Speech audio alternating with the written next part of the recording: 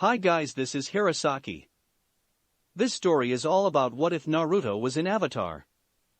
The world could not maintain the peace that Naruto fought for in Jiraiya's memory. With a heavy heart, he forsakes his time and seals himself away in hopes of a peaceful future. What happens when a girl who wishes to express herself finds the sealed body of the hero of the flame, unleashes him, and learns from him? What will the future hold for the world? Before we start, kindly like and subscribe to this channel, and look over the description box for the author of this amazing storyline. Welcome aboard. Chapter 1, World's End and Rebirth. Disappointment was felt by a blond man as he watched another battle ensue from his perch on top of a hill in Mizu no Kuni. His azure eyes watched on as shinobi pitted against shinobi, and blood painted the battlefield a deep crimson. Ever since the end of the Fourth Shinobi War, tensions had once again begun to rise between the shinobi villages of the elemental nations. It didn't even take more than 10 years before the tensions grew into skirmishes, and the skirmishes grew into full-blown battles. It was pathetic really, how easy it was to get caught up in another war so soon. Naruto Uzumaki sighed as he kept observing the battle between Kirigakure and Kumogakure. Ever since the loss of Ai, the Yondaime Reikage, and Karabi, the Hachibi Jinchuriki, Kumo had lost much of its military strength. They had noticed that Kiri had gotten noticeably stronger ever since the bloodline wielders returned to their old home in the mist. The Godaime Reikage was an unknown man who attained the seat through bribes and blackmail. He had decided that the need for restoring Kumo's military strength would be easily fulfilled by capturing and breeding any of the bloodline wielders they could capture. Kiri wasn't without loss though. Mei, the Godaime Mizukage, had fallen in combat. In fact, all of the previous Kage except for Gaara the Godaime Kazekage, and Tsunade the Godaime Hokage had lost their lives in the war as they faced off against the revived body of the Uchiha ancestor, Madara. Naruto took this time of silent observation to think back towards the Fourth War. The war itself was issued by an Uchiha by the name of Obito, a teammate of Kakashi Hatake and student of Minato Namikaze. Obito Uchiha had assumed the role of Madara and fooled everyone into believing that he was the Uchiha ancestor before he was revealed to be an impostor of the man. Others knew Obito as Tobi, the fool of the Akatsuki, who used his idiocy as a facade to hide his true role as puppet master of the Dark Organization. Obito's identity had finally been unveiled when he was in the middle of battle against Naruto, Kakashi, Metogai, and Karabi. Both Naruto and Karabi had the support of their respective Biju, Kurama the Kyuubi and Gyuki the Hachibi, during the battle and utilized their abilities to the fullest.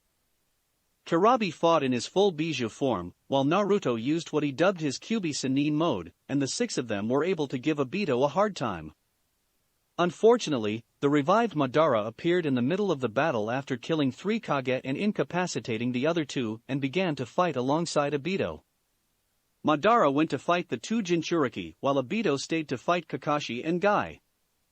Naruto used every tactic, every jutsu, and every trick he had in his fight against Madara, but was only able to barely keep up with him. Even with Karabi assisting him, it was a long and bitter fight.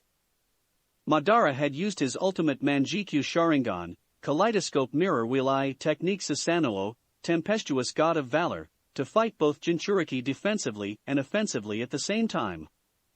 It was only by sheer dumb luck that Naruto was able to get the drop on the Uchiha. While Karabi distracted him with a Biju Dama, Tailed Beast Bullet, Naruto had pulled out a special seal tag provided by the Fuinjutsu department of the Shinobi Alliance. The tag was meant to cut the connection between Kabuto and the people revived by the Edo Tensei, Impure Resurrection technique. Kurama warned Naruto that the connection between Kabuto and Madara was no longer there, and that he would have to pump the fox's Yuki, demonic energy, into the seal in order to give it a higher chance to work. As soon as Madara was forced out of his Susanoo by the Biju Dama, Naruto poured all of his chakra into his speed to appear in front of the Uchiha in a yellow flash, similar to how his father did in the past. He then slapped the seal tag on the undead Uchiha's torso, pumped as much of Kurama's Yuki into it as he could, and activated the Tamashii no Miso Fusion, burial of the soul seal, in hopes of finally putting Madara to rest for good. At first Madara believed that the seal would fail, however, when he felt his soul leaving the body it had currently inhabited, he realized that the Yuki was cutting off his chakra used to resist the seal by corroding his chakra coils. Before succumbing to his fate, Madara congratulated the blonde before using the remainder of his strength to have his Susanoo fire and arrow covered in the black flames of Amaterasu, illuminating heaven at Karabi. The unexpected attack struck the wrapping Jinchuriki in his heart, while in his full Bijou form, and began to engulf him in its undying black flames. Naruto watched on in horror as the man he both respected and befriended slowly burned to death by the dark flames. How does it feel, Jinchuriki, to win this fight at the cost of another of your kind? This victory may be yours, but it will always be remembered as a hollow victory for you, Madara taunted before succumbing to the Tamashii no Miso Fusion. The rest of the war was nothing but a blur for Naruto, as the only thing he truly remembered after that fight was allowing Kurama to take full control of his body. After that, he remembered nothing else but rage for the loss of a dear friend. Kurama had explained that while he was in control, he was able to utilize all of his Bijou abilities and some that Naruto was unable to handle at the time. The war had ended when Kurama/Naruto fired what Kurama had called the Zettai no Bijou Dama, absolute tail beast bullet, at Obito, which Kakashi aided by using the remainder of his chakra to engulf it in a Kamui, authority of the gods, while Obito tried to use his own to make his body intangible. The result was Obito's body and the Geto Mazo, demonic statue of the outer path, being engulfed and obliterated by the technique which started the chain of events leading to the end of the war. With their leader dead, the Zetsu clones didn't know what to do, and were overwhelmed by the Shinobi alliance. However, Kakashi had lost his life performing his final Kamui, and Konoha mourned the loss of a great shinobi, as well as the many other shinobi that they had lost. Those included were Rock Lee, Shino Aburame, and Genma Shiranui. It was still unknown what happened to Sasuke, the reborn Orochimaru, and Team Taka after the end of the war. They had laid low over the years and no one had even heard rumors of their whereabouts. It surprised everyone, especially Naruto's other teammate Sakura Hirono, that Naruto did not really care about Sasuke's disappearance, but he paid their surprise no mind. He had stopped planning to bring the Uchiha back during the war and figured that as long as Sasuke didn't choose to harm any of his precious people, then he wouldn't worry about the vengeful Uchiha. After the battle, Naruto had scoured the many battlefields for any survivors, and was pleased to see that his friend Anko had not only survived, but had her Juon cursed seal removed. He was surprised at this discovery, as was Anko, but the woman was far too elated to care about details. Anko was finally free of her ex-mentor's influence, and had surprised everyone by kissing Naruto in her moment of sheer joy. The reason why it was Naruto was because he was the one who had found her unconscious body, and brought her back to Konohagakure. Of course, the kiss was just a spur-of-the-moment action, and the two remained nothing more than very close friends. Naruto shook out of his reminiscing before he activated his Kyuubi Sannin mode. Another day, another issue to settle. He sighed. Indeed, it is, Kit, agreed the fox inside the blonde's seal as its host entered the fray. To the participants of the skirmish, Naruto was nothing more than an orange flicker as he took down battling shinobi left and right. To a spectator, it was like watching a bright orange flame move through the battle while countless shinobi were knocked aside. It was truly a sight to behold.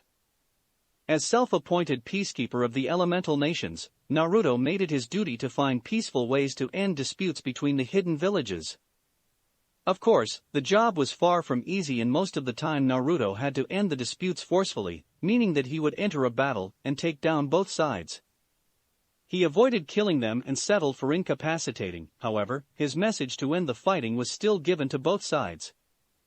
Naruto knew that the idea of peace was becoming an empty dream at this point and decided that after this dispute, he would retire as a shinobi, go into a self-imposed exile. After all, one could only take so much stress before finally deciding that enough was enough.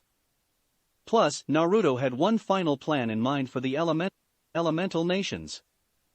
Hokage's office, 1 week later. Tsunade was busy with her never-ending battle against paperwork. Over the years, she still did not discover the secret to defeating it, and it pissed her off tremendously. She was interrupted by a knock on her door, and she inwardly thanked Kami for the distraction. Once she cleared the knocker to come in, the door opened to reveal Naruto. Naruto had changed over the years, and the changes were seen positively in the eyes of the villagers. He wore a pair of black ANBU-style boots, maroon cargo pants, a black karate gi shirt with the sleeves torn off, had bandages covering from his fingers to his elbows, and his old Gama Senin cloak.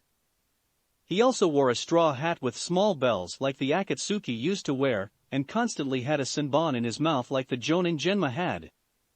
Because of the hat, his high-8 headband was wrapped around his left bicep, which allowed his wild blonde hair to slightly cover his eyes. His hair was a blend of his father's and Jiraiya's, having his father's bangs and his godfather's ponytail. Many wondered why Naruto chose this as his attire, and the reason was so that he could never forget the ordeals that he went through or the precious people that he lost. "Naruto, it's good to see you, Gaki. What do you need from me?" questioned the blonde Kage.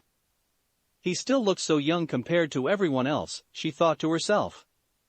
True to her observation, Naruto appeared to have only aged by about 1 year.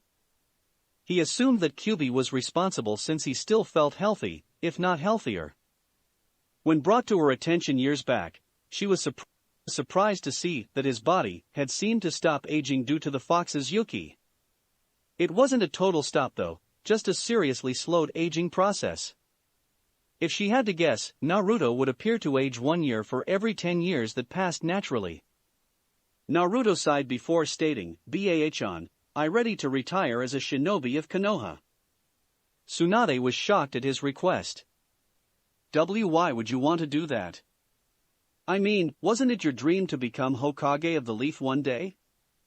You can't become Hokage if you're retired, Naruto." Naruto merely gave her a blank stare at her outburst. "I've given up on that dream years ago, Bah-chan. I let dozens of people rush to their deaths just for my sake, and they'll continue to do so if I become Hokage. I don't want their deaths weighing on my conscience, so I gave up that dream. What I want to do now is explore Kaasan's old home, the ruins of Uzushio-gakure. I can easily allow you to do that, and you can still remain a shinobi." She countered in hopes that he'd change his mind. She couldn't deny that his reasons for abandoning his dream were completely reasonable, but she refused to see him give up being a shinobi, the one thing that he enjoyed doing the most. "I'm not just gonna visit Yuzu, Bah-chan, I'm gonna restore it." He saw the surprise on her face and elaborated. "I want to go back to my roots as an Uzumaki, and see if there is anything worth scavenging. After that, I plan to slowly rebuild Yuzu and restore its old prestige as a shinobi nation. However, I can't do that as a Konoha shinobi, so I've decided to retire. Besides, all of the constant arguments and disagreements between the other nations have really worn me out, and I can't handle it for much longer. If this keeps up, I might lose my mind and snap. Please Bah-chan, just let me retire and go home," he pleaded. Tsunade was depressed that he called a place he had never seen his home besides Konoha, and was torn at her godson's request. He was well overdue for a visit to Yuzu, and she had planned on taking him there, but she was constantly busy with her duties as Kage of the Leaf. Not only that, but the war had made her forget all about taking him there, and him asking to retire had brought back that old plan to her thoughts. She also knew of his duties as peacekeeper, and how much of a toll they had taken on him over the years. She saw the slight bags under his eyes from his stress, and knew that he needed a rest. Perhaps retirement was the best alternative for her godson. She sighed sadly before she stated, "All right, Naruto, I'll give you the retirement forms as well as clearance papers to leave Konoha. No one will be able to stop you from leaving." "But Naruto, is this really what you want? What about the rest of the Rookie 11? I'm sure they'll miss you if you go." Naruto smiled sadly at that comment. "They all have their own lives and futures to deal with, Bah-chan. They all have families to care for, and I can't place myself back into their lives after not even seeing them for at least 2 years. And don't say it hasn't been that long, because you know it has," he asserted when he noticed that she was about to interrupt. The point is that they don't need me in their lives anymore, and the village doesn't need me either. They haven't needed me for over 2 years, and it won't change a thing if I leave for good. Yes, it will, the village will lose its ray of sunshine that brought me back, Tsunade said sadly with tears threatening to leave her eyes. Naruto frowned at that before he walked over to her and enveloped her in a warm hug. She was initially surprised at his actions before she returned the embrace and shed a single tear. She would miss her godson terribly, and she knew Shizune would as well. Shizune and Naruto had a sibling relationship that seemed to outdo relationships between even blood siblings. Everyone could see how close they were during their interactions around the village. She was currently working her shift at the hospital, and would be devastated once she heard the news of Naruto retiring. After they separated from the hug, Tsunade pulled out the retirement forms and a pass to leave Konoha. Naruto quickly filled out the forms, handed them to Tsunade in exchange for the pass, and gave her one last hug before he left her office. Once he was outside the door, Tsunade shed one more tear at his departure. "Good luck, Naruto," she whispered to the empty office. With Naruto. The blonde was currently heading for his apartment complex for the last time. Many people who saw him in the village paid him no mind and just went about their business. Even if Naruto was revered as the hero of the flame, there were some who still gave him nothing more than a passing glance. He was just about to pass Ichirako Ramen before he stopped and decided to say his farewells to the father-slash-daughter duo. He entered the stand to see it looking the same as it always had, the large counter, many stools, and few customers that were finishing up their bowls of noodles. He smiled softly at the many memories he had in this very stand with Irika, Jiraiya, and the 2 Ichiraka chefs. Speaking of the Ichiraka duo, Ayam noticed him enter, and gave him a wide smile before running around the counter and enveloping him in a hug. He returned the happy embrace while offering a smile and greeting to Tucci, who was observing them from behind the counter. After releasing him, Ayam said, "It's so good to see you again, Naruto-kun. It's been too long." "It's good to see you too, Ayam-chan. However, this isn't just a social visit. There's something I have to tell you and Tucci Gigi." The two were curious about what he had to say, but they merely waited for him to speak. Naruto gave them a sad smile before he dropped the bomb. "I retired as a Konoha shinobi, and am leaving the village, for good." Tucci and Ayam were shocked at his statement. "Why did you do that, Naruto?" questioned Tucci. "I did it because I'm returning to my Kaa-san's home village, Yuzu. I plan to rebuild it, and have it flourish as a shinobi village once again." Ayam was surprised at that before she smiled sadly to him. "You always were one to dream big, Naruto-kun, but what about becoming Hokage? Did you give up on that?" He nodded before replying, "The village doesn't need me, they haven't for over 2 years now. Besides, rebuilding my home is more important to me right now." Tucci frowned slightly. "You never saw this place as home, did you, son?" Naruto sighed at the question. "Not completely, old man. I know that you and all of the people I've come to love will always be seen as family in my eyes, but this place just never felt like home. I can't explain it other than feeling a sense of longing whenever I bring up Yuzu into a conversation. It's like I feel homesick or something." Tucci nodded while Ayam smiled. "I completely understand, Naruto. You're feeling your ancestral home calling for you, the last of the Uzumaki. Your mother always mentioned about being homesick as well, but she grew to see Konoha as home eventually. I guess it's merely the opposite with you, huh?" asked the ramen chef. Naruto chuckled at that. "Yeah, I guess it is. Well, that was all I wanted to say, so this is goodbye." Ayam quickly gave him another hug while Tucci placed a comforting hand on the blonde's shoulder. "I promise that I won't forget you guys. You were the first people I ever saw as family after all." Naruto then separated from them, said one final goodbye, and left the stand. Ayam shed a couple tears but quickly wiped them away as Tucci thought, "There goes a man destined for incredible things." Naruto had reached his apartment a couple minutes after leaving the stand and packed away the essentials inside of a small sealing scroll. He then lifted up a small carpet that held a seal on the floorboard before he deactivated the seal. The seal then released the bindings on the floorboard and Naruto pulled out a single scroll that was from his late mother, Kushina. The scroll merely gave the location of Yuzu and a brief insight on what the Uzumaki specialized in. The Uzumaki clan was famous for one thing, Fuinjutsu, and they were greatly feared and respected for it. Unfortunately, it was the fear of what the clan could have become that set off its destruction from Kumo and Iwa in the past. However, Naruto held no grudges since he did not live in the time of the clan. After putting the scrolls into his pocket, he took one last look at his home and reminisced about the nights he spent alone as a child. He shook his head out of those depressing thoughts as he began heading for the main gates to leave. Suddenly, he tensed and caught a kunai heading for his cheek. He then felt a familiar weight on his back and gave a small grin. "Nice of you to see me off, Anko," said Kunoichi smirked as she got off of him before giving a playful pout. "What's the deal with you not telling me you were leaving, Foxy? I only told Baa-chan and the Ichirako family goodbye. I was actually hoping to avoid saying it to anyone else altogether." Anko's fake pout turned real at that. "Not even me? I thought we were close, Gaki." We are, but saying goodbye to those three was hard enough as it was. Saying it to anyone else would have been too much."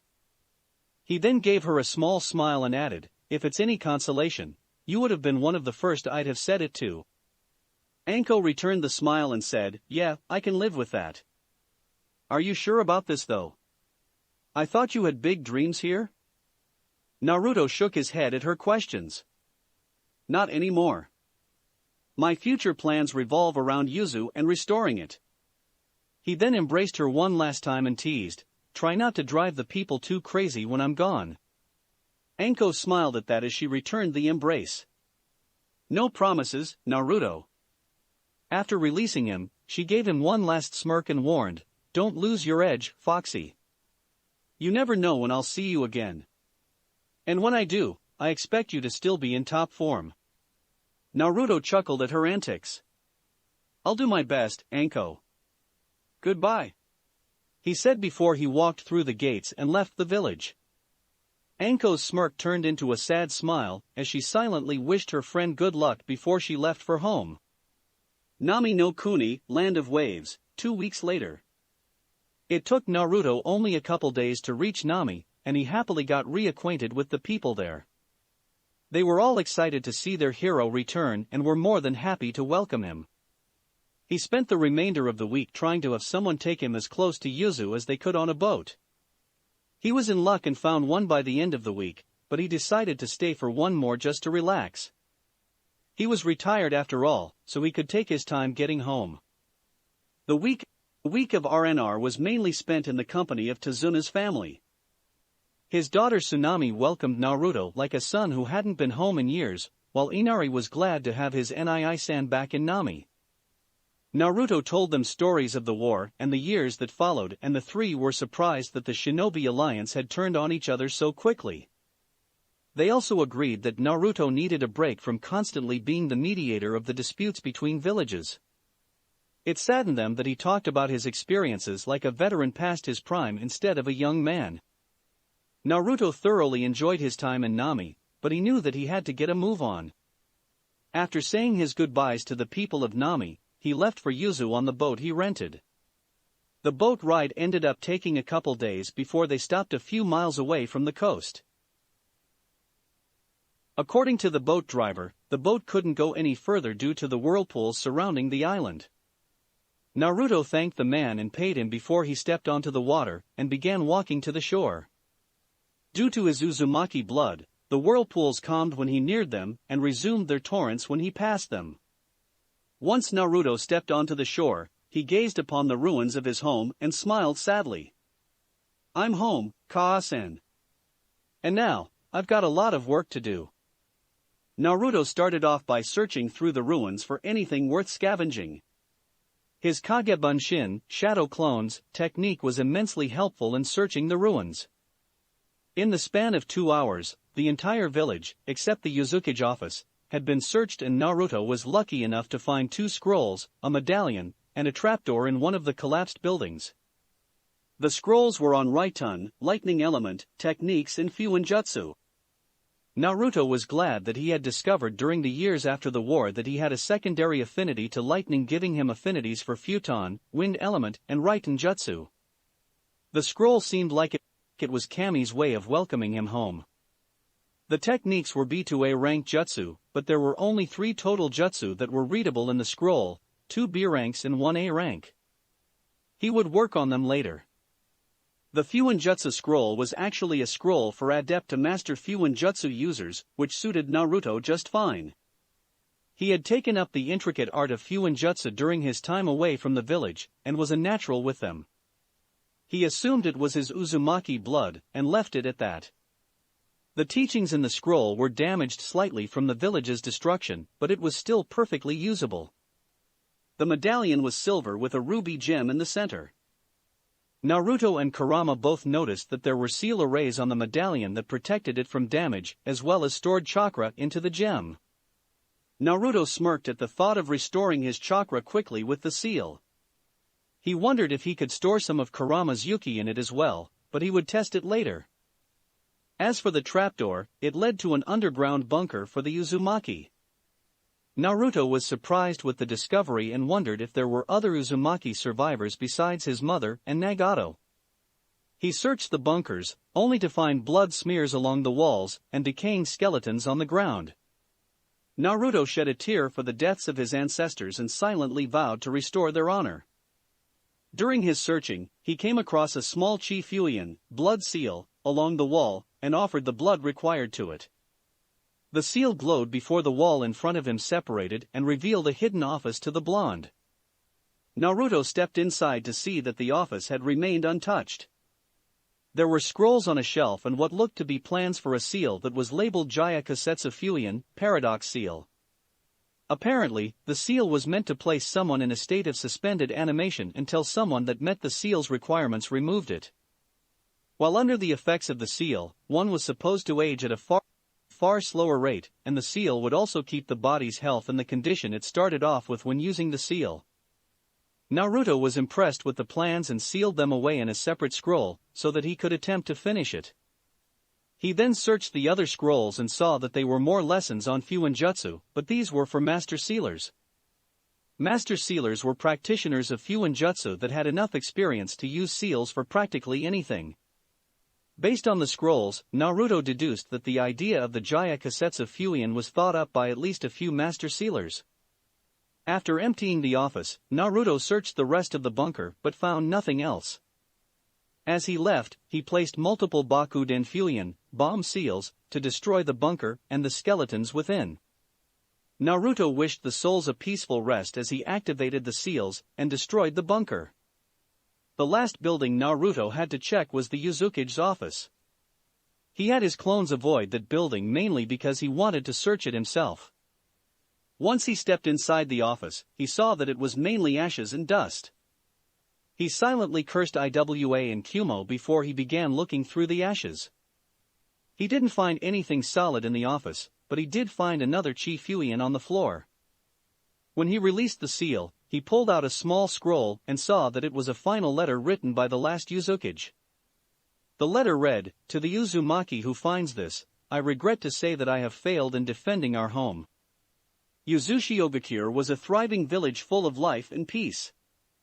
We meant no harm to any of the other shinobi nations and tried to reason with them, but they were too stubborn and paranoid to see reason. Yuzu is most likely destroyed by now, but I'm sure you can rebuild. There will always be the village of Yuzu if there is but a single Uzumaki alive. Remember this, for I assume you are all we have left of our once great clan. Farewell, Arashur Uzumaki, the Nidain Uzukage." Naruto reread the letter twice before he sighed and turned his gaze to the ruined village. There will always be the village of Yuzu. I suppose it's time to prove the statement is true. And with that, Naruto summoned his Kage Bunshin and began the long process of rebuilding his home. 2 years later. As he thought, the rebuilding of Yuzu took quite a while. It took at least half a year to remove the rubble and dispose of it into the many whirlpools surrounding the island, while it took the remaining year and a half to rebuild. Naruto wasn't alone though and enlisted the help of Tazuna and the people of Nami who wished to migrate to the rebuilding nation. Naruto accepted their request to stay with open arms, and the people worked tirelessly to restore the once beautiful village.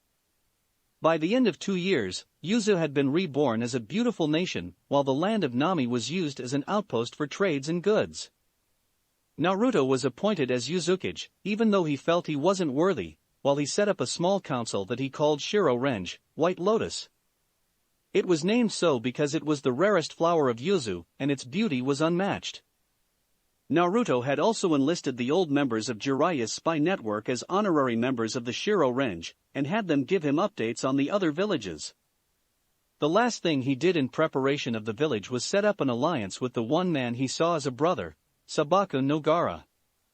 Tsunagakure was more than happy to agree to the alliance with Yuzu, and Naruto was pleased with their acceptance. The Kages had met in Nami to solidify the alliance as well as allow Naruto and Gaara to catch up. Gaara was impressed with his brother's current success and determinedly stated that their alliance would hold strong.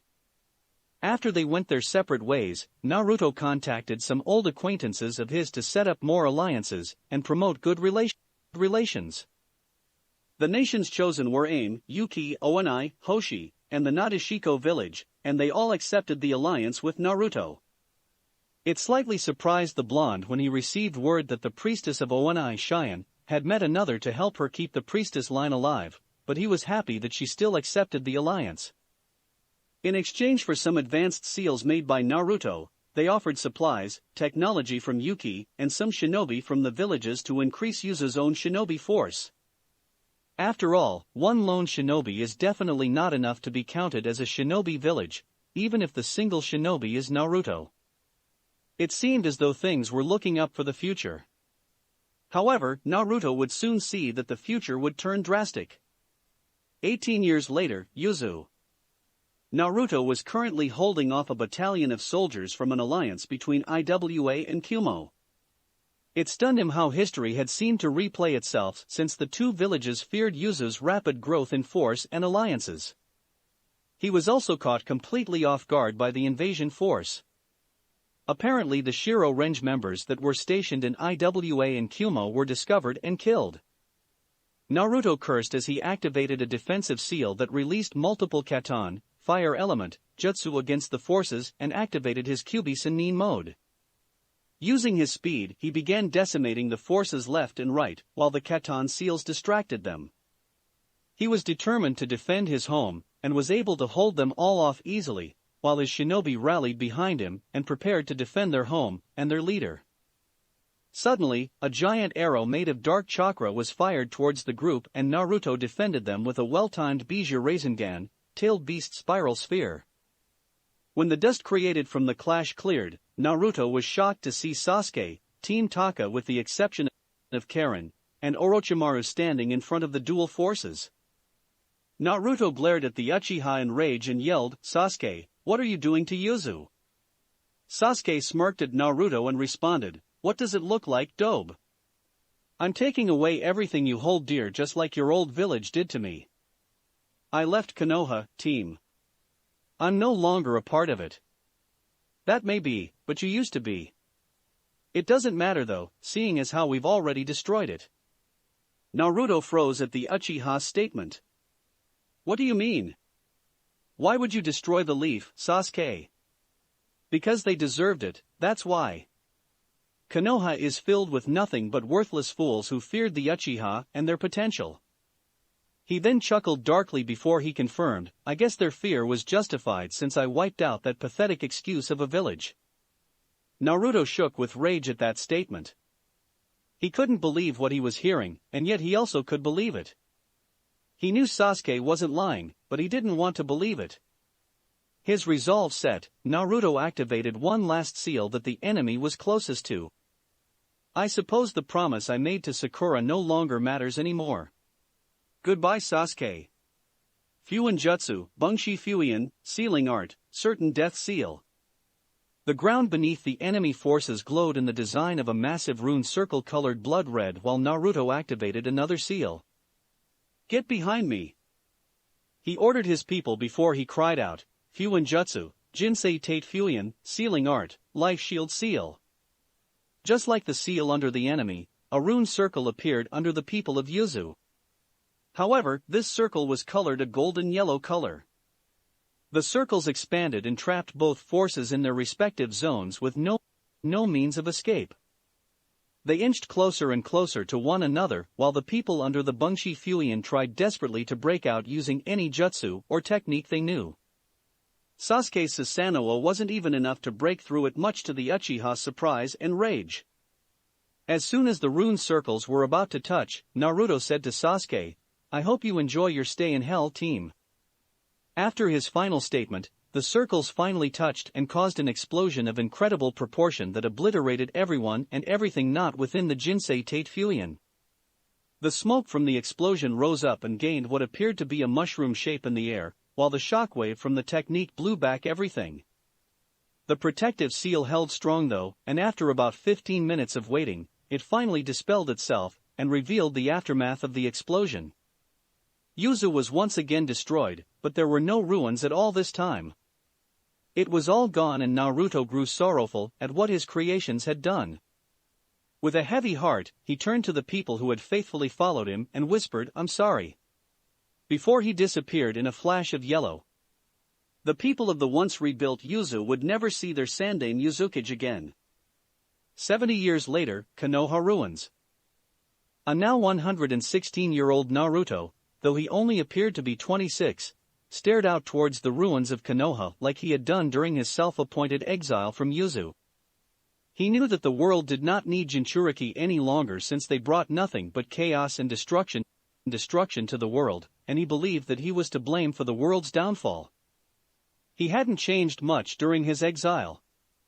He mainly looked much more mature and battle-hardened due to defending the home of his deceased friends and other precious people.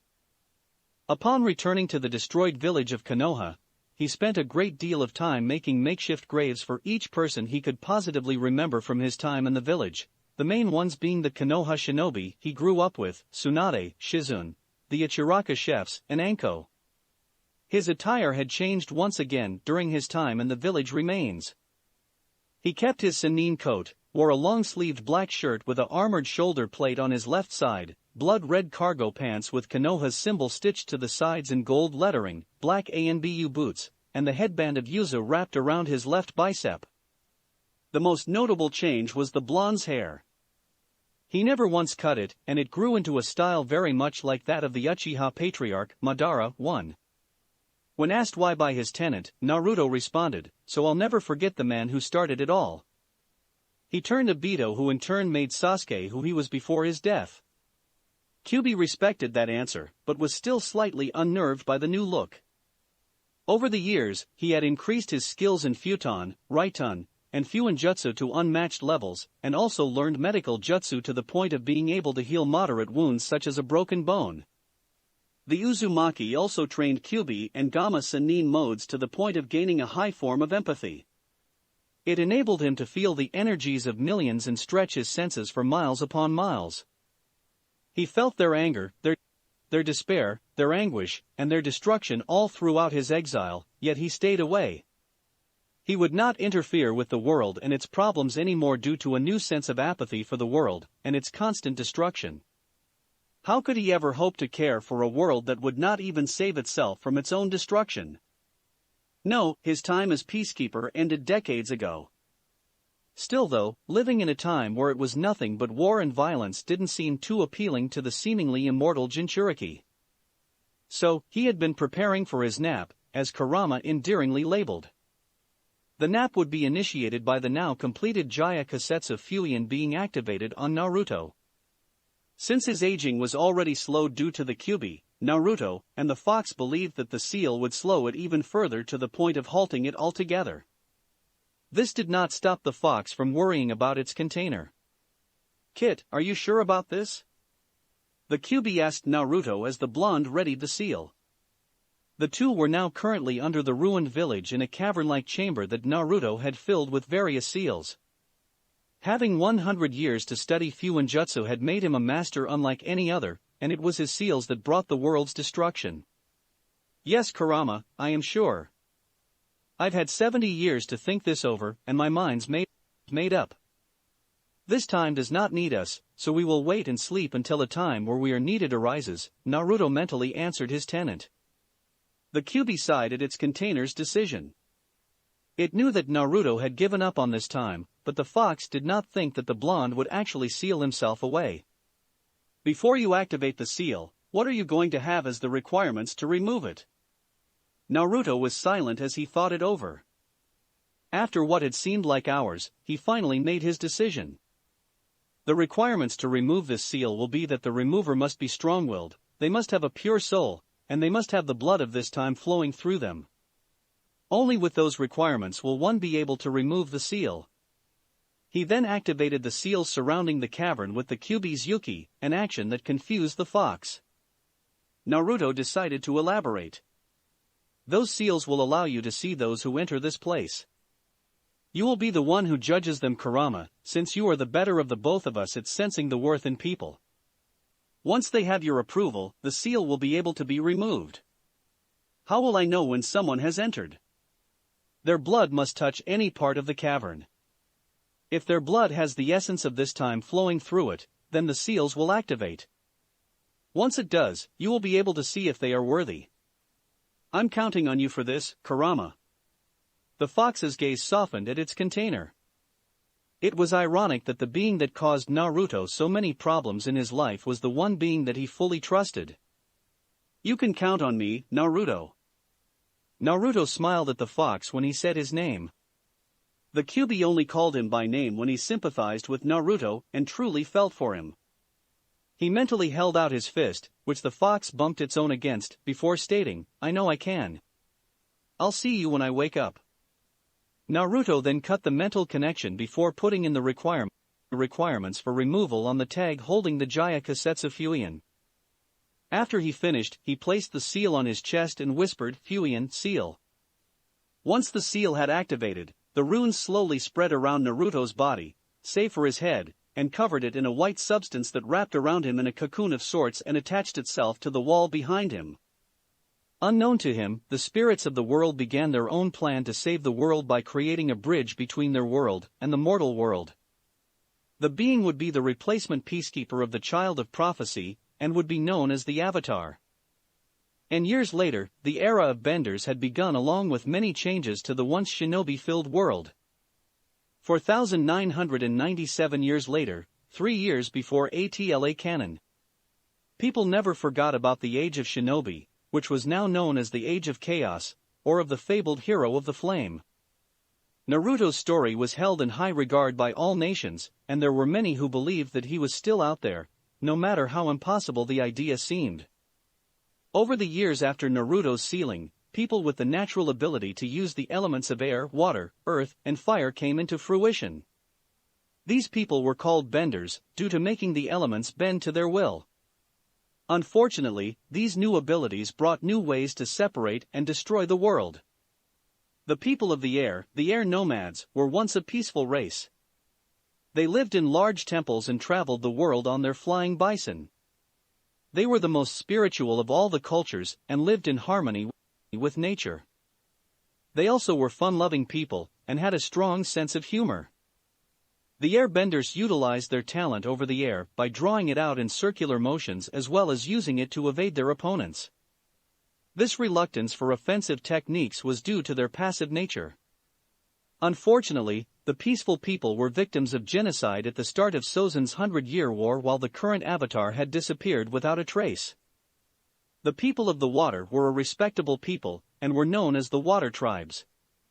They strived to live in harmony with nature and with the other nations of the world while using their bending for protection and healing purposes. There were two primary groups of water tribes, the northern and the southern, with some smaller tribes spread out around the world. However, it was hard for the main tribes to keep contact with one another due to being on polar opposites of the world. The northern tribe inhabited the North Pole, while the southern tribe inhabited the South Pole. Their already difficult contact contact practically ended with the start of the war by Fire Lord Sozin. The people of the Earth were vast in number, which allowed them to form the Earth Kingdoms. Proud and strong, the Earth Kingdom citizens adhered to a philosophy of peaceful coexistence and cooperation with the other nations of the world and used their bending as a mix of stable defense and rough offense.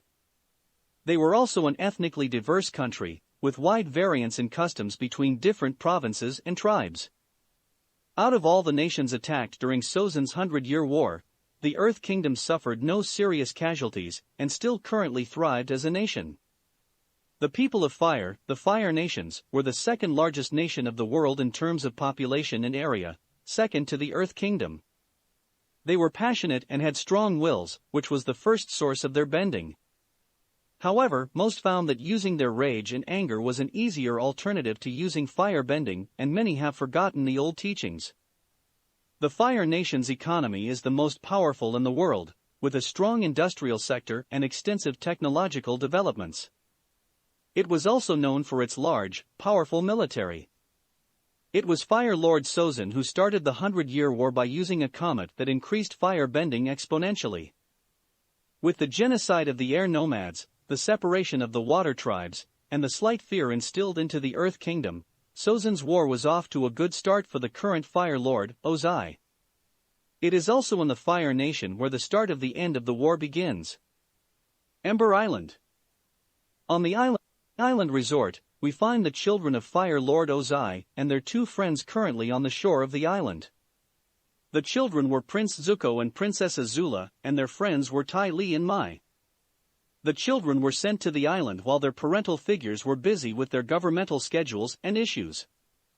While Ty Lee was overly excited, the others were not as excited or not excited at all. Zuko was currently playing Kwai Ball too, with some other people while the girls were talking amongst one another. This place is so great. I can't wait to just relax and do nothing all day. Gushed a happy Ty Lee. Calm down Ty Lee, it's not worth that much excitement. Besides, I'd much rather be back at home and participate in Father's war meetings, Azula stated with a small huff. She may have been the younger of the two between Zuko and herself, but she was a prodigy at fire bending, and it showed with her fire slowly becoming hotter and changing color.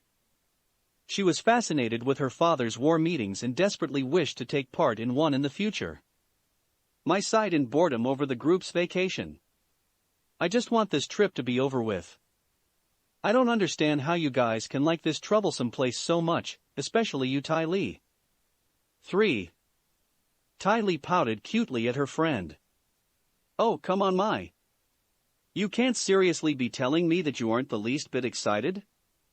Mai gave her a blank look and replied, I can and I will.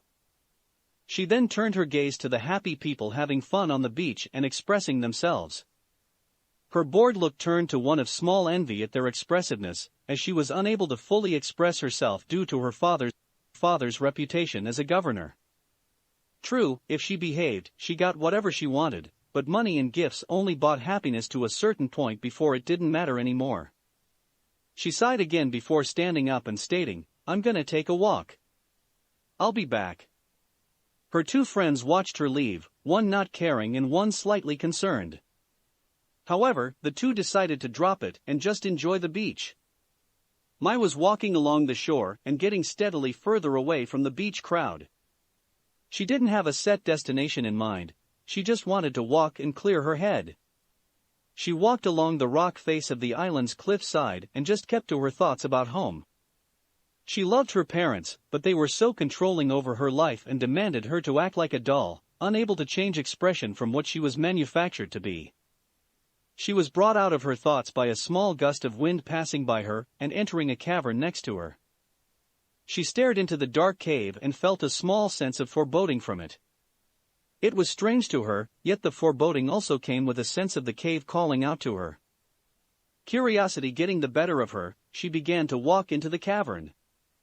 It was hard to see, so she kept her hand along the inner walls of the cave to help guide her. Unfortunately, some parts of the wall had sharper rocks, and one of them cut into her palm, resulting in a few drops hitting the ground.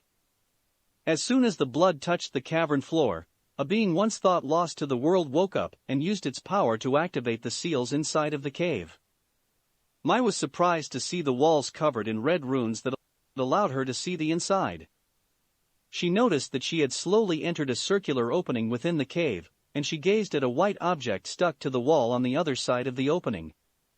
Inside of the object's seal, a certain fox observed the young teen through the seals surrounding the cavern walls. Using its ability of empathy, the fox saw that this girl craved to express herself, but was also innocent, and that her soul was pure. The fox then focused on the blood that hit the ground and was shocked to see how thickly the essence of the old world flowed through the drops. Interesting. This girl meets the requirements and has the most essence of the old world that I have ever encountered over the years. Perhaps she truly is the one to remove the seal. The fox then pushed its energy through the cavern seals and spoke to the confused teen. Welcome, child. Tell me, do you know what this place holds? Mai was shocked to hear a voice speak throughout the cave and searched for the source. She then heard the same voice give a small chuckle and grew irritated. What exactly is so funny? The fact that you are trying to locate me, when my location is far beyond your understanding, is amusing. Step closer to the object stuck to the wall, child, and see exactly where I am. While skeptical, Mai slowly approached the object to see that it was a person wrapped in a white cocoon of sorts with a piece of paper where she assumed the person's chest would be. The paper had a strange design and was pulsing with a red glow every few seconds. Since the person's head was bent down, she bent over to get a better look at their face. She discovered that it was a man with naturally tanned skin, whisker-like markings on his cheeks, hair as gold as the sun, and a calm expression on his sleeping face. Meet my container, child. This is the man once praised as the hero of the flame, Naruto Uzumaki. Her eyes widened in recognition at the name. It was taught in ancient history at her school that the hero of the flame was a man who helped end a major war and was once the peacekeeper of the world. However, the constant disputes between the nations at the time forced the hero to stop his foolish duty and leave the world. It was unknown where he went or what had happened to him, but now she had supposedly found him. Is there proof that he is who you claim? Instead of hearing the voice answer her, she noticed another rune appear where she assumed the man's navel would be. From the glowing rune, a spectral head of a red fox appeared and gazed into the girl's amber eyes with its blood-red ones. The proof you ask for is me, the Kyubi no Kitsune. I have resided inside of this man ever since his birth over 5,000 years ago. That tag you see on his chest is actually what is known as a seal from our time that he perfected. The seal has placed him in the state you see him in now, and can only be removed by one who meets the requirements, and that person is you. Me? What have I done to prove I could remove that seal? She asked in surprise. Naruto set up 3 requirements to removing the seal. The remover must have a strong will, they must have a pure soul, and they must have the essence of his time flowing through their blood. You meet those requirements because you were courageous enough to enter this place, your soul is pure from the world's taint, and you have the highest levels of the old world's essence in your blood that I've ever witnessed. You are the one who could finally remove the seal and awaken a man who has been hidden away from the world for about 5,000 years. Mai was shocked at the influence she had on the future of the world. If she released the hero, would he put the world first and go against the Fire Nation, or would years of seeing the world constantly destroy itself make him not care about the outcome? She was slightly afraid, yet also curious at the same time. In the end, curiosity won over fear, and she slowly reached for the seal and grasped the top right corner of it. As soon as she came into contact with it, she felt a small jolt of electricity course through her, and a gust of wind rush past her. The seal has deemed you worthy. Now please remove it so that my container, and I may finally see the world once again. Mai was surprised to hear the spectral fox actually plead to her, but she nodded before taking a deep breath and removing the seal. As soon as she did, the cavern was engulfed in a bright light that forced her to close her eyes. She kept them closed until she felt it was safe to see what happened. When the light died down, Mai was left gaping in shock at what she saw. Chapter 2, Meetings and Tests. After the blinding light died down, Mai took in her surroundings, and she was confused as to where she ended up. While still on an island, she noticed that she was no longer on Ember Island. The land was lush with grass and flora, and the ocean shore had sand as white as snow. Waves gently rolled along the shore before slowly returning to the waters they called home. She then heard many different voices and turned her sights to a village full of happy people going about their everyday lives. Slowly walking through the streets, she took notice that some people stopped and waved to her before continuing their day. She nervously returned their gestures while continuing her trek through the village. There were many shops, some restaurants, and many children running around with joyful expressions. It was as if this place was full of peace and serenity. Mai couldn't stop the small smile that came to her face at the sight of all the happiness around her. "It's beautiful, isn't it?" came a familiar voice from seemingly everywhere. Everywhere. Mai froze at the voice of the QB and saw that the scene she was in slowly faded away, and the once joyful village turned into an island filled with ruins of the once peaceful civilization. Now look at it. This once peaceful village has become nothing more than a painful memory for my container. The place you find yourself in, child, is the once great nation of Yuzu. What happened to it? What made it become this? She asked while gazing at the depressing island. The answer to your question, child, is war. War is what made this once beautiful place, the home of my ancestors, what it is now, came a new voice making my turn to it. What she saw was a blond man with a red cloak with black flames on the bottom, a long-sleeved black shirt with an armored shoulder plate on his left side, blood-red cargo pants with a golden swirled leaf symbol stitched to the sides in gold lettering, black combat boots, and a headband with a swirled design wrapped around his left bicep.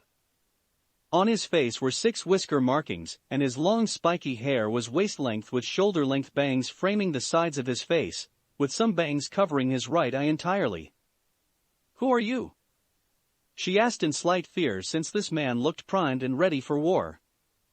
He gave her a blank stare before turning his gaze to behind her and said, "I'm glad that you actually found someone to awaken me, Kurama." Mai turned her gaze behind her, and saw a giant fox resting on the shores of the island. The great being had orange fur, a human-like upper torso complete with opposable forepaws, and 9 tails swaying behind it. The fox smirked at the 2 humans and replied, "Well, you asked me to find someone, and personally, I was getting fed up of waiting after nearly 5,000 years, Naruto." The newly named man smirked back and retorted, "I should have figured you'd grow bored of waiting, fox. Still though, 5,000 years is quite a long sleep." "No shit," the fox commented with sarcasm. "Wait a minute," cried Mai, gaining the attention of the other 2. So you," she pointed at Kyubi, "are telling me that she then pointed to Naruto, is the guy that was trapped in that white thing I saw. He is the hero of the flame." "That would be correct, Ninjen." "Ninjen?" she asked in confusion. "In our time, it is roughly translated to human," explained Naruto. "The fox you see is in fact a spirit purely made of energy that was sealed into me during my birth." "Yeah, I know. The fox told me before I took off that strange paper. That paper was a seal that kept me rooted to that spot until someone worthy was able to remove it. Although, I am surprised that one as young as you were actually able to remove it." Mai saw him gain a thoughtful look and heard him mutter something that sounded like hidden potential. "What hidden potential are you talking about?" she asked, causing him to look at her with a calculative gaze, like he was studying her.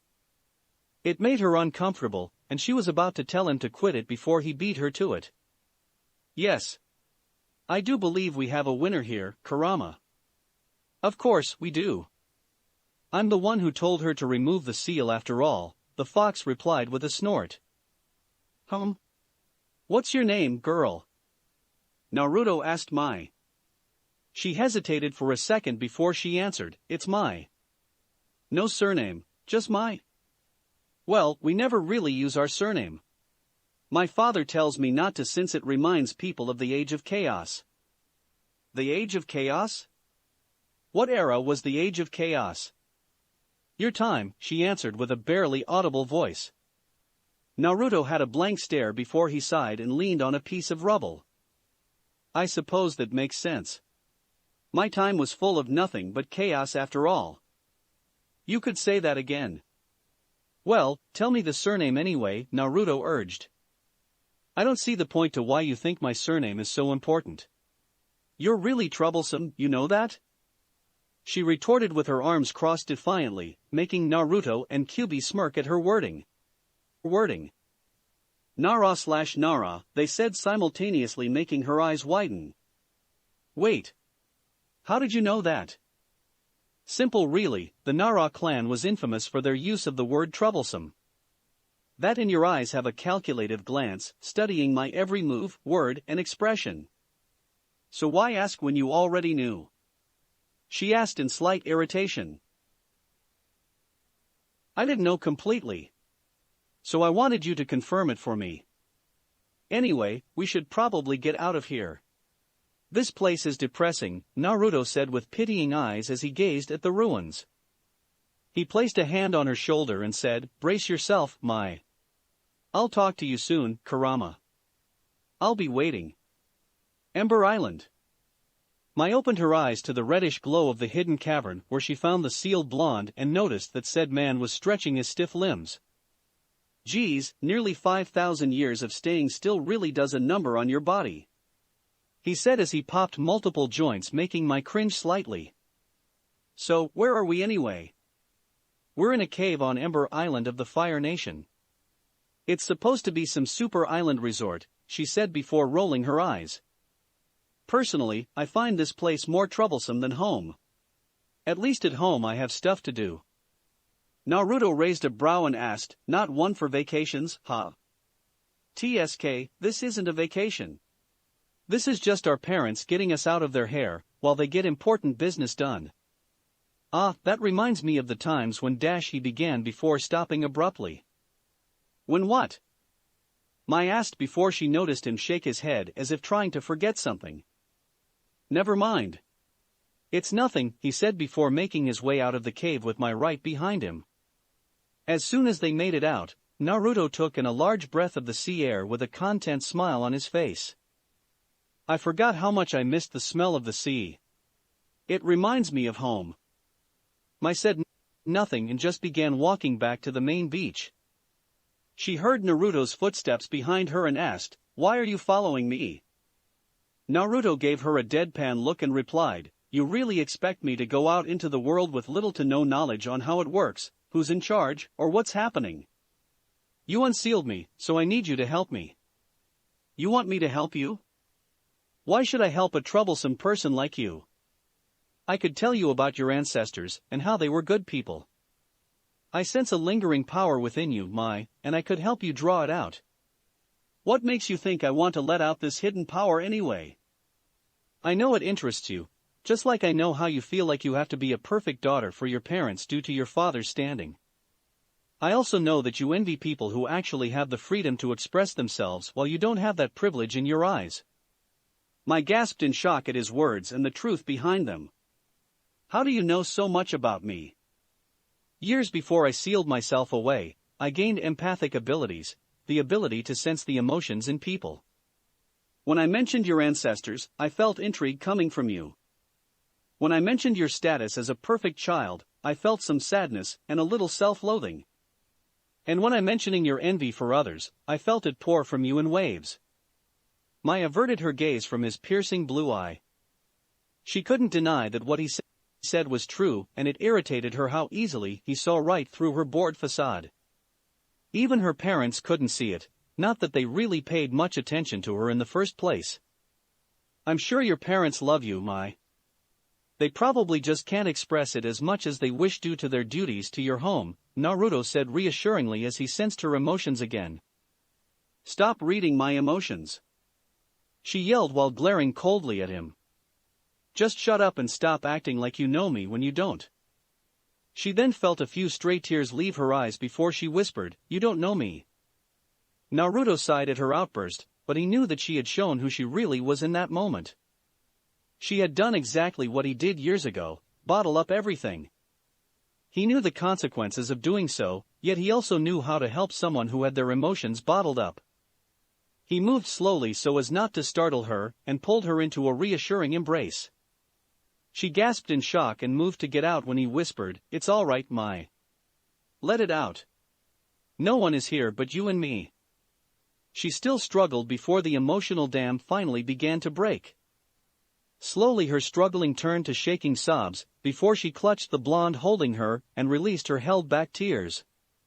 She let out everything while Naruto whispered reassuring words to her and held her close.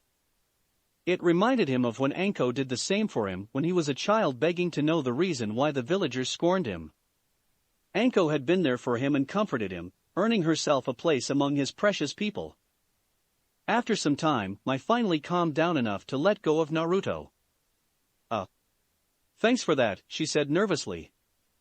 He gave a small smile and replied, "Don't worry about it. I was out of line by blatantly reading your emotions. I apologize." He noticed her nod silently and waited for her to speak. She was quiet for some time before finally saying, "So, you'll tell me about the Nara if I tell you about the world today. That's what you're saying, right?" Naruto smirked and replied, "I'll do you one better." "What do you mean by better?" Keeping his smirk, Naruto said, "Should you uphold your end of the deal and tell me everything I need to know of the world in this time, I'll teach you, not just about your clan, but I'll teach you how to utilize your hidden potential." "And how would I be using that?" "If you choose to accept, I'll teach you how to use chakra and the ways of the shinobi, the warriors of the shadows that lived in my time." Mai's eyes widened in shock at the offer the man presented to her. During the lessons on ancient history at the Fire Nation Academy, they learned of the seemingly godlike feats that shinobi were capable of in the past. The ability to use the elements in ways benders could only dream of, the ability to summon creatures of various shapes and sizes, the power to take down hundreds of foes with ease, and so much more. It was quite an offer, but there had to be a catch. "All right, what more do you want besides information on the world?" "Teaching me the ways of the shinobi and about my clan seems a little too good to be true for some simple information you can find in a library." Naruto chuckled at her analytical mind. She really was a Nara, through and through. "How astute of you, Mai. Yes, there is something else I would like. And that would be, if I am to teach you the shinobi arts, then you won't just be my student, you'll be my apprentice who I will pass on some of my skills onto. I will need you to support me should the people of your nation see me as a threat or an enemy, and I will also expect you to not hide your true self during our lessons. No masking or holding back your emotions. If you're angry, upset, or unsure of something, then I will expect you to not keep it to yourself, and let me know so that I could try to help you. Do you understand?" he asked with a serious expression. Mai didn't answer immediately and turned her gaze to the horizon. She thought over his offer silently while Naruto mentally praised the girl for not rushing into something she knew nothing of. After what felt like 10 minutes, she turned her gaze back to him and asked, "Could I have time to think about it? I'll still tell you what you want to know and vouch for you, but I'm not sure about the whole learning the shinobi arts yet." Naruto nodded while giving her a small smile. "Of course, in fact, I'm glad you want some time to think about it. If you just rushed into it, I would have called you out on it." Mai nodded at that and began heading back to her friends. "Thanks. Now, we'd better get back or else Tai Li will over-dramatize her worry of where I went off to," she said with a sigh, while Naruto chuckled at her expression. "Sounds like this Tai Li is a good friend." "A little worrisome, but a good friend all the same," he commented while following her. "With Azula and Tai Li. Where is she?" "She usually isn't gone this long," commented a worried Tai Li while Azula rolled her eyes. "Will you relax? Mai can handle herself, and besides, there isn't anything dangerous on this island." "Easy for you to say, Azula. I heard rumors that there's a cave on this island that releases an aura of power and fear that keeps people at bay." She then gasped and cried out, "Oh no! What if Mai found the cave and was taken by some monster?" Azula sighed at her over-imaginative friend and just stayed silent. That rumor Tai Li mentioned lingered in her mind. an aura of power and fear. If father knew of this, he would probably search for the source, assuming this rumor has any merit. She was brought out of her thoughts when Ty Lee cried out, "I see her. She's coming over." She then gained a confused look and finished, "And there's some guy with golden hair walking with her." Azula turned her gaze to where Ty Lee was pointing and saw that she was right. Walking beside Mai was a tall man with strange clothing and an even stranger hair color that reached his waist and covered his right eye. She had never heard of anyone who had golden hair before, so she was intrigued. Plus, the way he carried himself was that of an experienced warrior that seemed to hold no equal.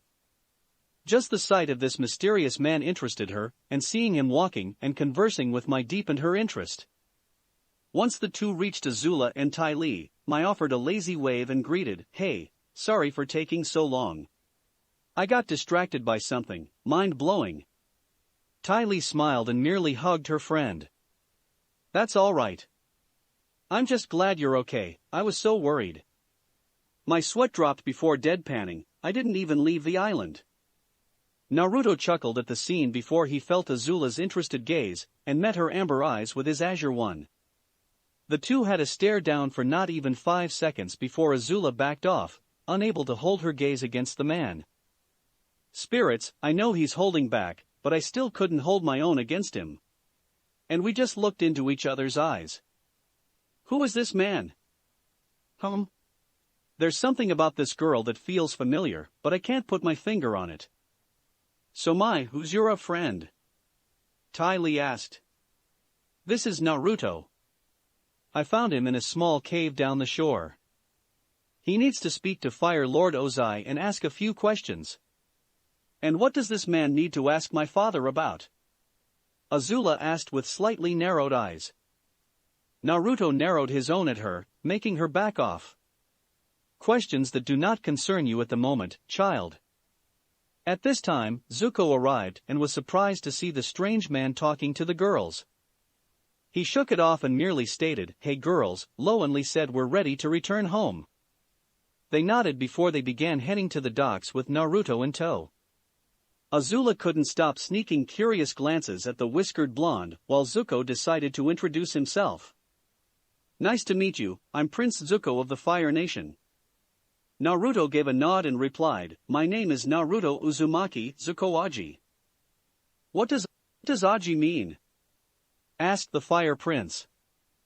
"In the current time, it roughly translates to prince. I merely utilize the language of a dead time sometimes in my speech." "That's so cool," Ty Lee said in awe. "How do you know an old language?" Naruto chuckled and replied, "Perhaps I'll tell you how I know later. For now, let's just get to the ship."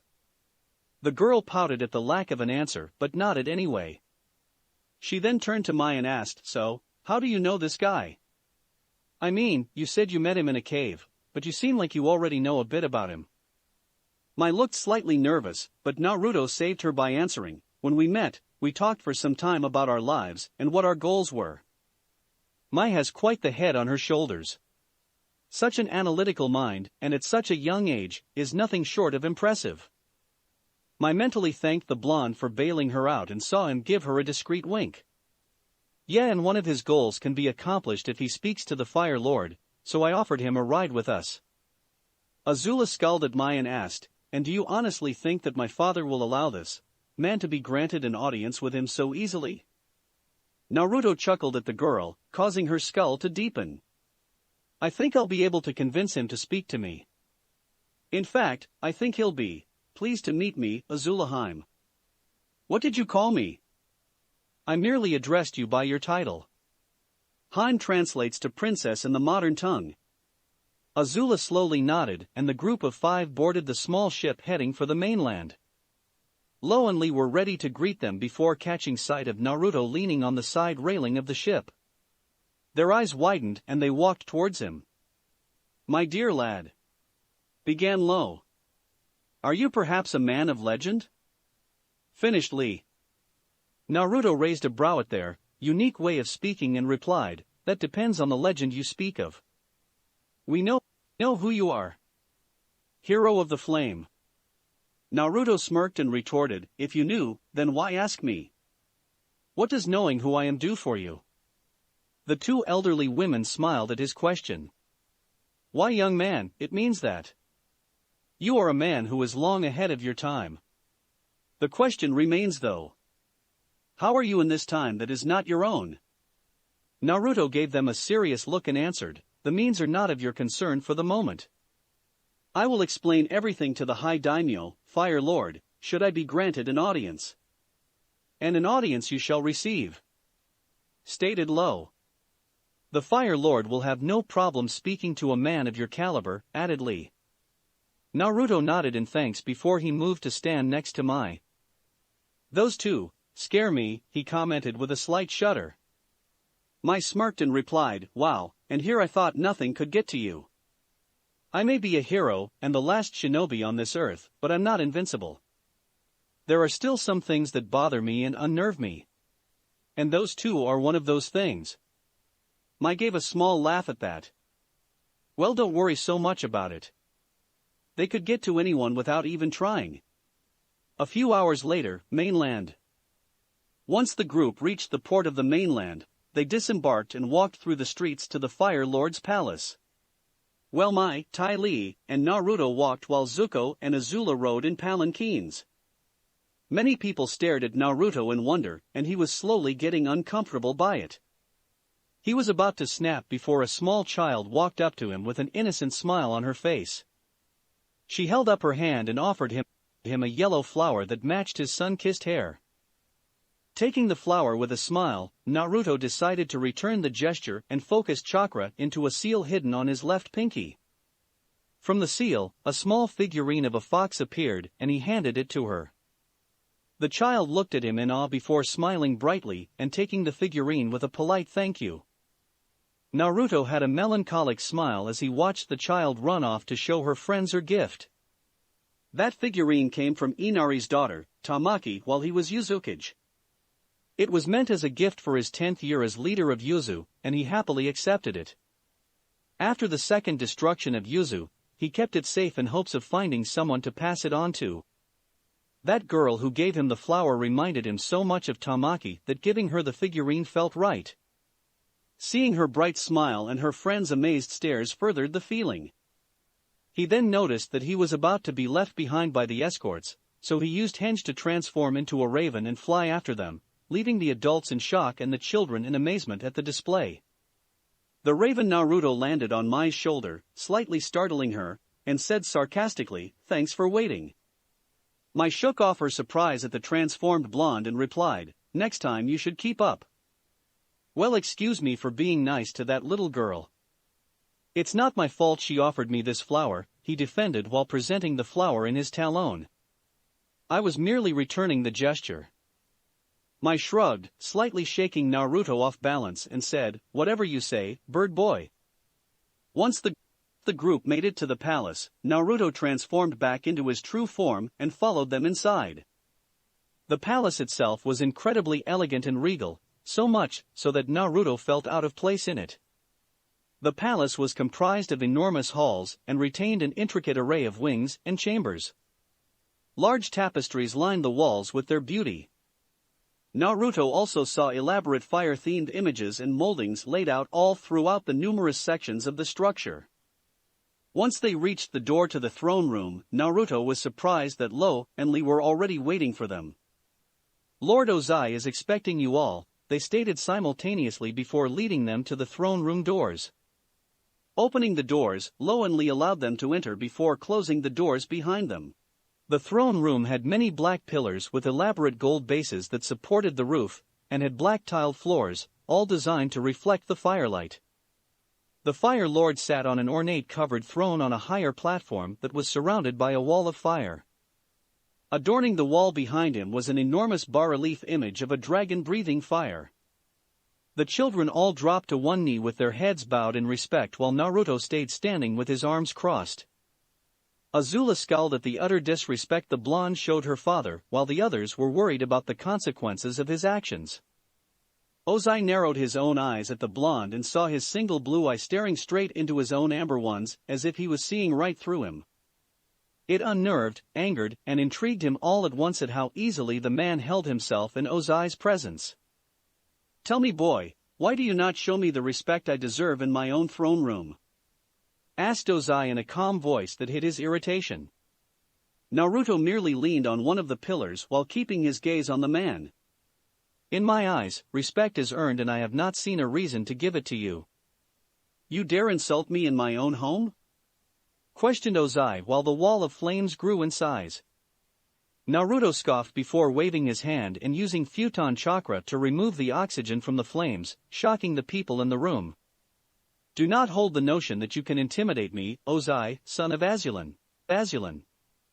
You know not what I'm capable of, and how easily I can do away with you." Ozai and Azula scowled at him, while the rest looked at him in shock. "You do not seem to know your place, boy." "No. It is you who doesn't know your place, child. You're thousands of years too young to even be a challenge for me," Naruto retorted.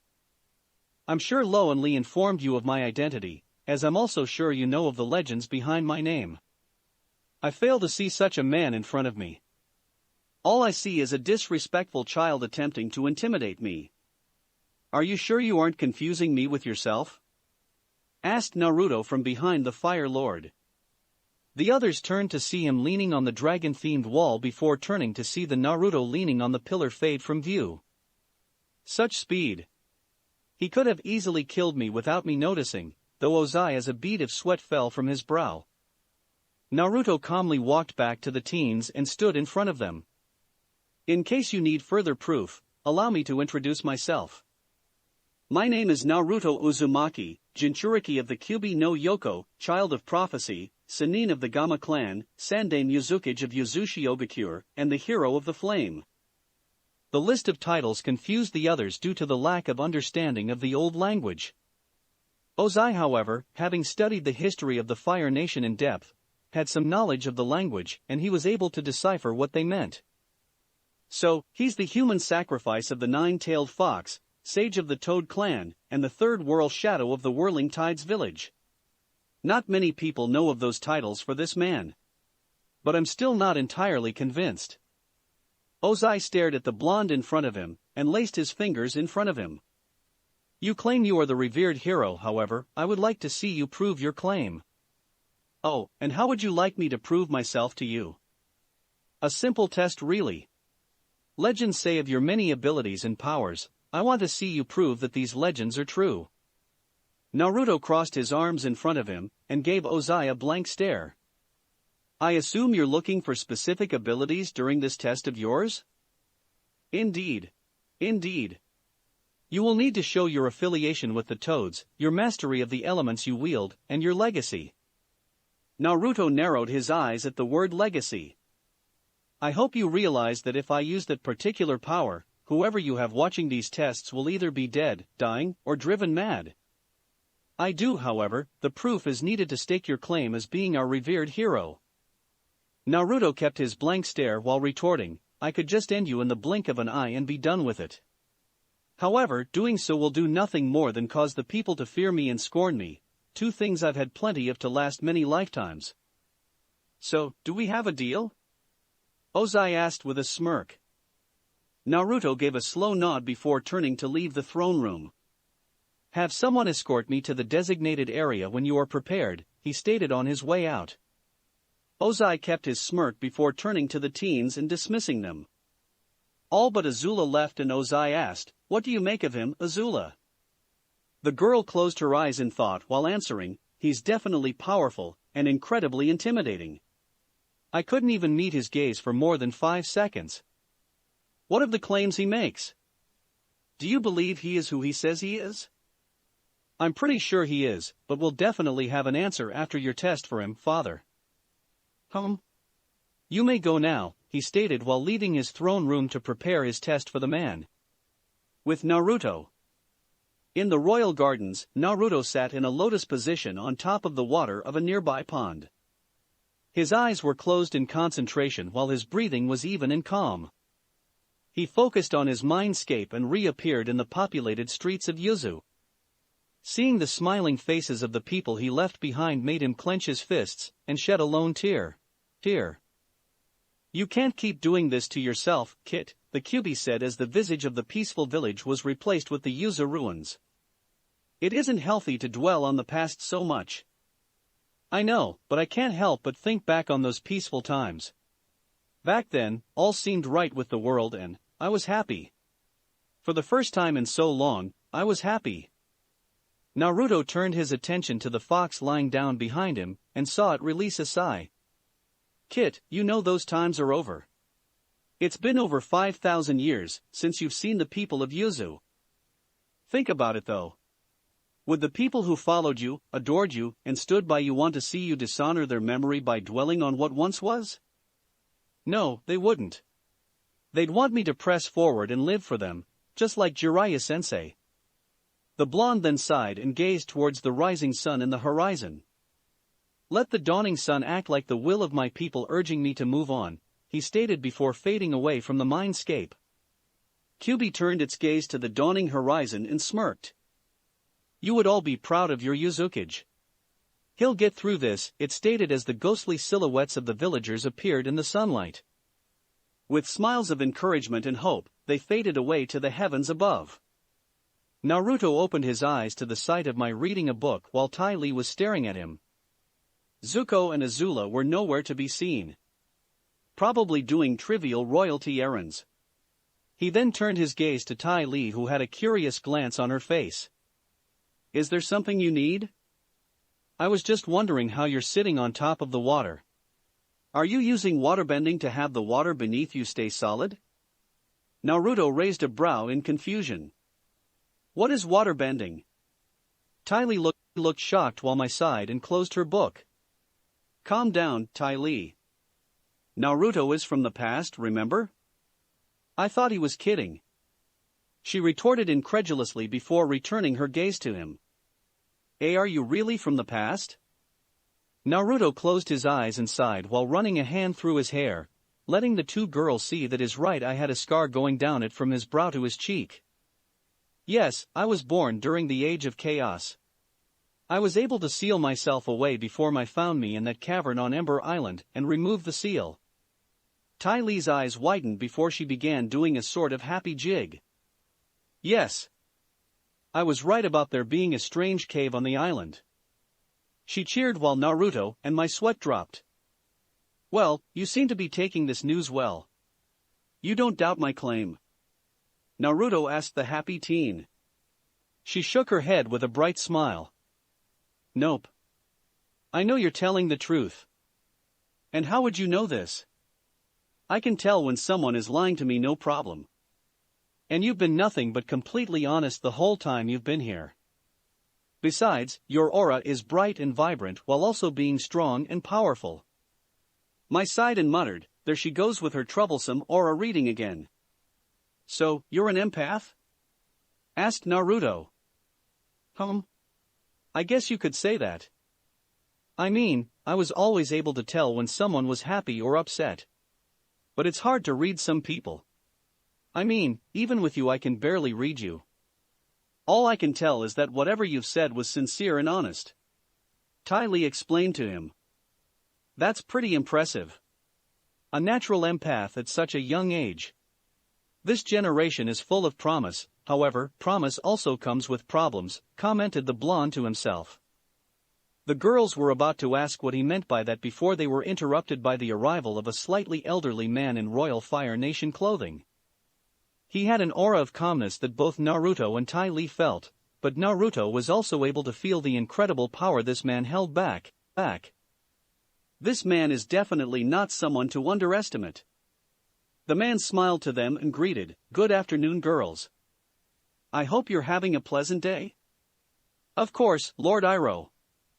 Tai Li replied while returning the smile. "I'll admit that today's been interesting," Mai commented. "I'm glad," stated the newly named Iroh before meeting Naruto's gaze. Not many knew of this, but Iroh had once ventured into the spirit world years ago. During his time there, he saw visions of a young man with blonde hair battling enemies of incredible strength with the help of his friends and loved ones. The man presented himself as strong, honorable, and full of life. Based on his memories of the visions, Iroh was able to recognize the man in front of him, and he gave a bow of respect. "It is an honor to meet a man of your caliber, Lord Uzumaki." Naruto was surprised that the man knew his identity without him introducing himself. But then again, Loan Lee knew who he was right away back on the ship, so he shouldn't be surprised. "Please, don't bow to me. My title as hero is terribly misplaced." "I don't think so, my good man. Your actions back then saved the world from a fate that many would feel is worse than death. And in the end, I left the people I swore to protect and lead after a terrible battle with a man enshrouded in darkness. I abandoned them, so I'm no hero." Iroh gave the man a small smile and placed a reassuring hand on his shoulder. "I believe that what you did for them was the right thing. Think about it, did you leave out of guilt, or did you leave to keep them safe?" Safe. Naruto thought over the question and his actions back then. When he destroyed Yuzu in his bid to kill Sasuke, he felt immense guilt for destroying the homes of his people. But deep down, he felt as if they would be safer away from him since he was a high target back then. Even when he exiled himself to the ruins of Konoha, he fended off many attempts on his life and defended what was left of his birth home. He gave a small smile and looked to Iroh with a small fire of determination. "I left for both reasons, but the biggest one was to protect them. I may have taken away their homes, but I saved their lives in the end, and homes could always be rebuilt." His smile grew along with his determined gaze as he finished, "And I know my people survived for many years after that." Iroh nodded to him with a smile while Ty Lee and Mai smiled as well. Ty Lee because she felt the sadness coming from him be replaced with happiness, and Mai did so because seeing him so depressed didn't suit him. When she met him, he seemed like this invincible man who could handle anything, but seeing him so vulnerable when discussing what he felt were failures didn't feel right. "I'm glad I was able to help. Now, I actually came here to escort you to the test my brother set up for you." Naruto nodded and followed the man to an open arena-like area where Ozai, Zuko, Azula, and some of the citizens of the royal capital were waiting. The blonde stepped out onto the arena floor, while Iroh led Mai and Ty Lee to the stands. Ozai stood up from his seat and addressed his people. "We are gathered today to witness this man try and prove that he is our revered hero of the flame. This test of skill will have him perform the abilities that made him both feared and respected in the Age of Chaos. Now then, let us begin." Naruto turned his gaze to Mai and smirked before mouthing, "Watch closely." At her slow nod, he took a calming breath, slowly bit his thumb to draw blood, and weaved through some hand seals before slamming his bloody palm on the ground with a cry of "Kuchiyos no Jutsu." As soon as his hand touched the ground, a seal array appeared and spread out before a large plume of smoke covered the entire arena. Slowly, the smoke cleared and revealed the blonde atop a giant green toad that had a pipe in its mouth, a blue coat with the kanji 4 chief on it, and a tanto blade on its back. The toad looked around in surprise before bellowing, "What is this? Who has summoned one of the Gamma clan after so many years?" Naruto jumped down to the toad's nose and stared it down. "I did, Gamma-san." The toad narrowed its eyes at the blonde before him. "And just who are you to summon me?" "My name is Naruto Uzumaki, Sannin of Mount Mayaboku," he replied, causing the toad's eyes to widen in shock. "By Kami-sama. Why Yuri Naruto-sama? The Grand Sannin, Gamma Kichi-sama told us of your position as Sannin of the Gamma clans. We believed you had disappeared off the face of the earth for eternity, yet Gamma Kichi-sama never lost hope since your name never faded from the list. It is an honor to meet you. I am Gamma-shun, chief of the Gamma clan, but you may call me Shun for short." Naruto gave the toad a smile and replied, "I'm glad that Kichi is still alive after so long.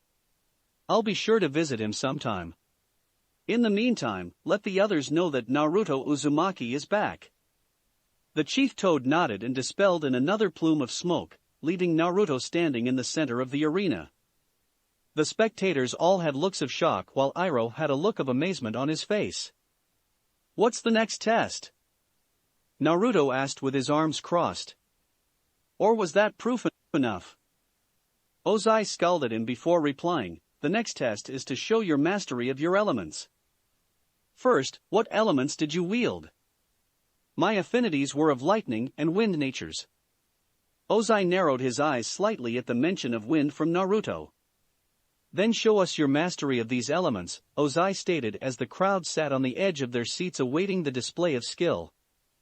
Naruto shrugged before flying through hand seals while his body emitted sparks of electricity. When he formed the final seal, he released the stored-up electricity which rose up to the heavens. Raitun, Raryuden no Jutsu, Lightning Dragon!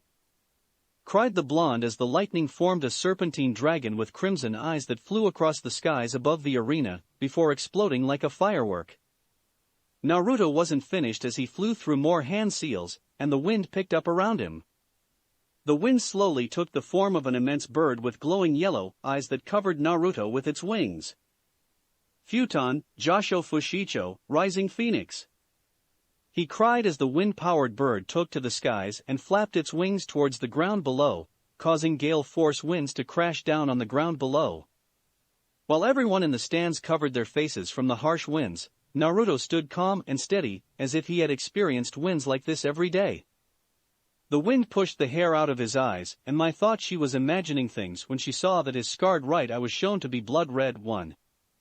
She dismissed it when the wind slowly weakened and his hair covered his right eye once again. When the winds finally died down, Naruto stood as calm as ever while the crowd looked to him with fear, respect, and awe. Ozai felt that he was convinced, but he still felt like issuing one last test to the man. You truly have mastered your elemental affinities. However, I have one final test for you. And that would be?